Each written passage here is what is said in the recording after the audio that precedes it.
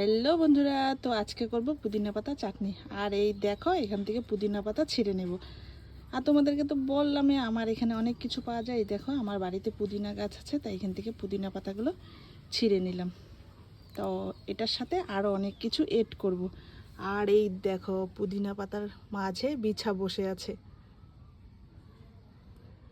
তো বৃষ্টি পড়েছে, তো তার জন্য দেখো পুদিনা গাছগুলো কি সুন্দর হয়েছে। এই দেখো চারোপাশে।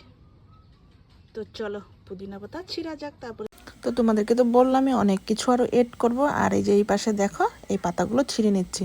তো এই পাতাগুলোকে বলে থানকুনি পাতা। তোমরা কারা কারা কি বলো কমেন্ট বক্সে জানাতে পারো। আর এই পাশ থেকে দেখো বড়মশাই লঙ্কা ছিঁড়ে নিল। আর এই গাছটাতেও দেখো অনেক লঙ্কা হয়েছিল, তাই এই যে এই গাছটার থেকেও আমি অনেক কয়টা লঙ্কা ছিঁড়ে নিয়েছি।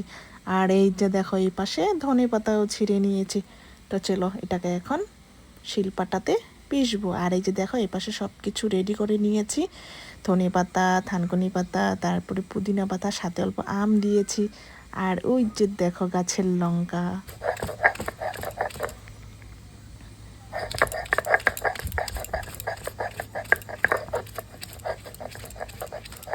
তো বন্ধুরা, এই যে আমার এখানে পুদিনা পাতা আর সাথে কি কি ছিল তোমরা তো সবাই দেখেছো। আর এই যে আমার এখানে চাটনিটা রেডি হয়েছে।